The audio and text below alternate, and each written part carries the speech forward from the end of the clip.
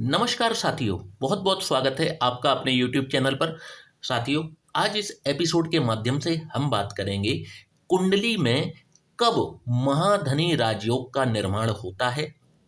साथियों, आज मैं आपको इस वीडियो के माध्यम से 5 ऐसे सूत्र बताऊंगा। यदि वे आपकी कुंडली पर अप्लाई हो रहे हैं तो या तो आप राजयोग भोग रहे हैं या निकट भविष्य में आपको राजयोग की प्राप्ति निश्चित रूप से होने वाली है।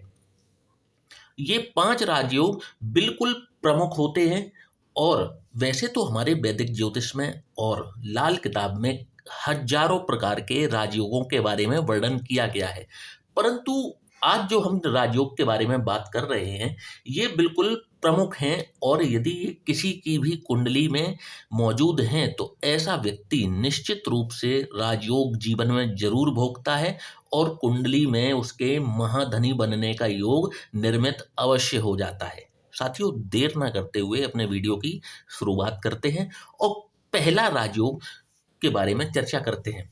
पहला राजयोग कौन सा हुआ? तो जैसा कि मैंने यहाँ पर चिन्हित किया हुआ है, पंच महापुरुष राजयोग का बनना। अब साथियों, ये बनेगा कैसे, आइए देख लेते हैं। समझ लीजिए कि ये आपकी जन्म पत्रिका है, ठीक है। और पांच पंच महापुरुष राजयोग बनते हैं मंगल से रोचक योग, बुध से भद्र योग, गुरु से हंस योग, शनि से शश योग और शुक्र से मालव योग। ये पंच महापुरुष राजयोग कहलाते हैं। अब ये कैसे बनेगा, आइए देखते हैं। कुंडली के ये केंद्र स्थान होते हैं, पहला, चौथा, सातवां और 10वां। इन भावों में इनमें से कोई एक भी ग्रह अगर विराजमान है, देखिए याद रखिएगा, केंद्र स्थान में इन पांचों में से कोई एक भी या एक से अधिक भी हो सकते हैं। तो जितने अधिक होंगे उतना ही मतलब जबरदस्त राजयोग का निर्माण होगा, परंतु यदि एक भी है तो वो पर्याप्त है आपको महाधनी बनाने के लिए। लेकिन मेरी बताई हुई आपको सूत्र लगाने पड़ेंगे। तो इनमें से कोई एक ग्रह भी केंद्र स्थान में विराजमान हो जाए, ठीक है। दूसरा सूत्र है अपनी ही राशियों में विराजमान हो जाए। जैसे कि मंगल की अपनी राशि कौन सी होती है, तो मेष और वृश्चिक। बुध की अपनी राशि कौन सी होती है, तो मिथुन और कन्या। गुरु की अपनी राशि कौन सी होती है, तो धनु और मीन। शनि की होती है मकर और कुंभ और शुक्र की होती है वृषभ और तुला। इस प्रकार से ये कोई एक ग्रह भी अपनी राशियों में विराजमान हो जाए या फिर अपनी उच्च राशि में विराजमान हो जाए। अब इनकी उच्च राशि कौन सी होती है, तो मंगल की मकर राशि उच्च होती है, बुध की कन्या राशि उच्च होती है, गुरु की कर्क राशि उच्च होती है, शनि की तुला राशि उच्च होती है और शुक्र की मीन राशि उच्च होती है। या फिर ये इस प्रकार से अपनी उच्च राशियों में विराजमान हो जाएं, केंद्र स्थान में विराजमान हो जाए। तो सूत्र हमारा क्या लगा, इनमें से कोई एक ग्रह भी केंद्र स्थान में आ जाए, अपनी ही राशियों में आ जाए या फिर अपनी उच्च राशियों में आ जाए, तो इस राजयोग का निर्माण हो जाता है। जब भी ये राजयोग का निर्माण होता है, ऐसा व्यक्ति अपने दम पर, अपने बलबूते पर सफलता के झंडे गाड़ता है और अपना पहचान अपने समाज में बनाता है। महाधनी तो बनता ही है, भूमि भवन वाहन ऐसे व्यक्ति के पास में बहुवचन में होते हैं। तो ये रहा हमारा पहला सूत्र कि कुंडली में पंच महापुरुष राजयोग का निर्माण हो जाए। अब देख लेते हैं कि दूसरा राजयोग कौन सा है। तो साथियों दूसरा राजयोग है सूर्य 10वें स्थान में विराजमान हो जाए। याद रखिएगा, जो मैं जिस हिसाब से बता रहा हूं यही सूत्र लगेगा। सूर्य 10वें भाव में विराजमान हो, ठीक बात, मेष राशि के होकर के विराजमान हो जाएं। ये दूसरा है, सूर्य 10वें भाव में विराजमान हो, मेष राशि के होकर के विराजमान हो और सूर्य 10 अंश तक हो। कहने का मतलब है कि इनकी जो डिग्री वाइज जो बल है वो 10 अंश तक का हो। तो ये सूर्य परम उच्च के हो गए, क्योंकि एक तो 10 अंश तक के हैं मेष राशि में है, दसम स्थान में है, और दसम स्थान में सूर्य दिग्बली हो जाते हैं, ऐसा व्यक्ति निश्चित तौर पर जीवन में सफलताएं पर सफलताएं प्राप्त करता चला जाता है, और इस कदर आगे बढ़ता है कि इनका नाम न सिर्फ इन अपने शहर तक पहुंचेगा, बल्कि इनके प्रदेश और देश लेवल पर भी ये फेमस हो सकते हैं। यदि ये सरकारी नौकरी में भी अगर जाते हैं तो ये उच्चतम पद तक जरूर पहुंचते हैं। महालक्ष्मी की विशेष कृपा इनको जीवन में प्राप्त होती है, और धन धन से ये परिपूर्ण हो जाते हैं, अकूत संपत्ति अर्जित करते हैं। भूमि भवन वाहन सब कुछ, कोट इनके घर नहीं बनते हैं, इनकी कोठियां बनती हैं। इनके ये घर नहीं बनाते हैं, इनके बंगले बनते हैं, कोठियां बनती हैं इनकी। बस सूत्र यही होने चाहिए। सूर्य यदि 10 अंश से उच्च के हो गए, जैसे मान लीजिए सूर्य 12 अंश पर हैं मेषी राशि में, परंतु 12 अंश पर हो गए, 15 अंश पर हो गए, 20 अंश पर हो गए, तो ये मूल त्रिकोण का ही फल देंगे, फिर ये उच्च का फल नहीं देंगे। मूल त्रिकोण का फल कितना मिलता है? तो 75% मिलता है, और जो उच्च उच्च फल मिलता है ये 100% मिलता है। तो यदि ये 10 अंश से ऊपर के हो जाएंगे तो फिर ये सिंह राशि का फल देंगे, आपको अपनी ही राशि का फल देंगे, फिर ये मेष राशि का फल प्रदान नहीं करेंगे। साथियों, ये हो गया हमारा दूसरा सूत्र।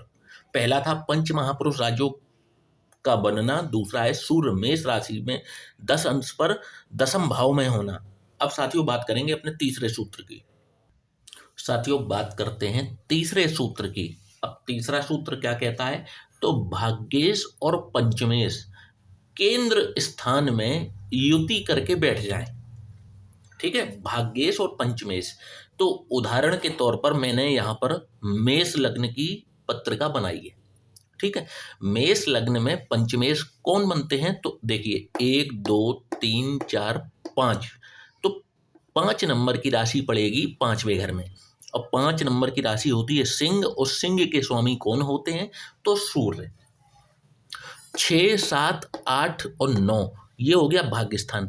भाग्यस्थान पर कौन सी राशि लिखी है? तो धनु, और धनु के जो राशि स्वामी है वो कौन है? तो गुरु। तो इन केंद्र भावों में कहीं पर भी 1 4 7 और 10, इन 4 स्थानों में कहीं पर भी सूर्य और गुरु की युति होकर के बैठ जाए तो भी राजयोग का निर्माण होता है। जो फलादेश मैंने ऊपर 2 कहे हैं, बिल्कुल सेम फलादेश आपको देखने को मिलेंगे ऐसा व्यक्ति। और यहाँ पर हम बात वेल्थ की, धन की कर रहे हैं, प्रॉपर्टी की कर रहे हैं, तो ऐसे फल आपको मिलेंगे जैसा कि मैंने आपको इन 2 सूत्रों में बता रखा है। युति देखिए कि युति किस प्रकार की होनी चाहिए। जैसे मान लीजिए कि यहाँ पर सूर्य 4 अंश पर बैठे हैं, ठीक है, गुरु बैठ जाए 8 अंश पर, या मान लीजिए सूर्य 5 अंश पर बैठे हैं, गुरु बैठ जाए 7 अंश पर, या यूं मान लें कि सूर्य बैठे हैं 10 अंश पर, गुरु बैठ जाए 15 अंश पर, तो ही हम इस युति को मानेंगे। और अगर डिफरेंस ज़्यादा हो गया 10 डिग्री से, जैसे कि उदाहरण पर मैं बता दूं, सूर्य आपके बैठ जाए 10 अंश पर, ठीक है, और गुरु बैठे हैं 27 अंश पर, तो कितने अंशों का अंतर हो गया? 17 अंशों का अंतर हो गया। तो फिर इस युति को हम नहीं मानेंगे, क्योंकि ये युति बहुत दूर की युति है। युति कैसी मानेंगे? तो बिल्कुल 10 डिग्री से कम का फर्क होना चाहिए, 10 डिग्री से कम का फर्क होना चाहिए। हालांकि यहाँ पर सूर्य से गुरु अस्त जरूर हो जाएंगे, परंतु जो ये राजयोग है इसकी प्राप्ति निश्चित तौर पर होगी। तो इस प्रकार से युति होकर के ये ग्रह बैठ जाएं केंद्र स्थान पर। इसी प्रकार से और भी लग्नें होंगी, और हर लग्न में पंचमेश और भाग्येश अलग अलग होते हैं। तो आप अपनी लग्न के अनुसार पता लगा लीजिए। जैसे कर्क लग्न आपकी बन जाए तो 4 5 6 7 8 मंगल बनेंगे पंचमेश, और 10 11 12 और गुरु बन जाएंगे भाग्येश। तो अब मंगल और गुरु की युति हो जाए इसी प्रकार से, तो हम इस राजयोग को मान लेंगे कि इसी प्रकार से इस राजयोग का भी निर्माण होगा। और युति जो है उनकी डिग्री वाइज जो है वो बिल्कुल क्लोज होने चाहिए।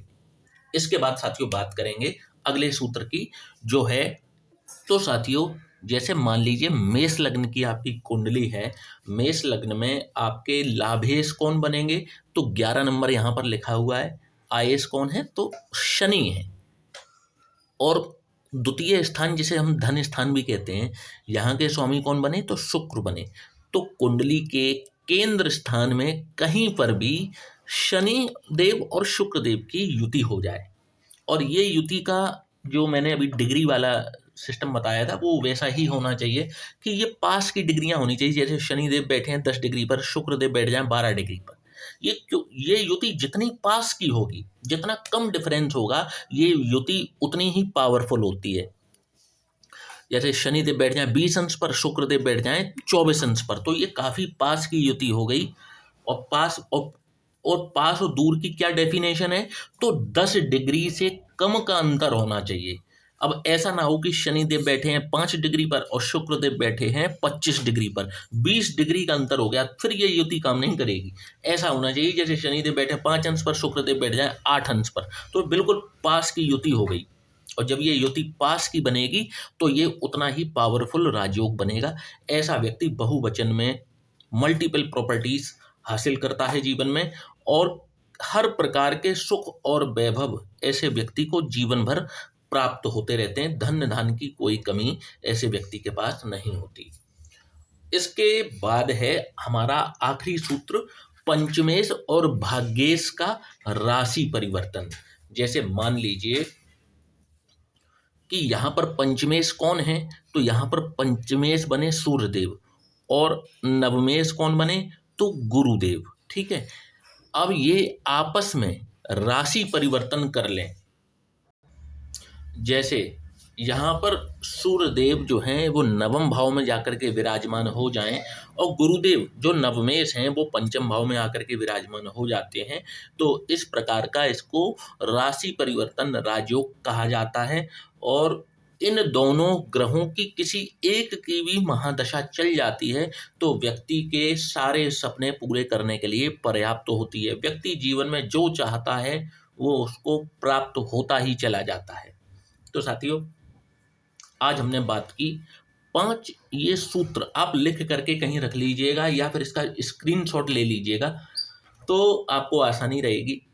और देखिए कि यदि ये आपकी भी जन्म पत्रिका में यदि ऐसे सूत्र अप्लाई हो रहे हैं या फिर आपके घर परिवार निकट मित्रों के में अगर इस प्रकार के राजयोगों का निर्माण हो रहा है तो निश्चित तौर पर उनको सुनहरे भविष्य की शुभकामनाएं, उनको जीवन में राजयोग की प्राप्ति निश्चित तौर पर होगी।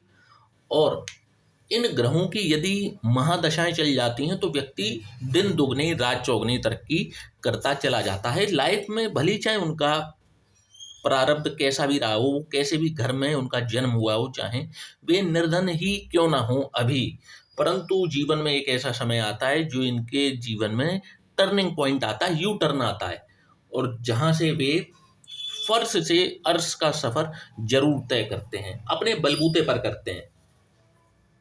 आशा करता हूं कि आज का वीडियो आपको पसंद आया होगा, तो वीडियो को लाइक और चैनल को सब्सक्राइब करना बिल्कुल भी ना भूलिएगा।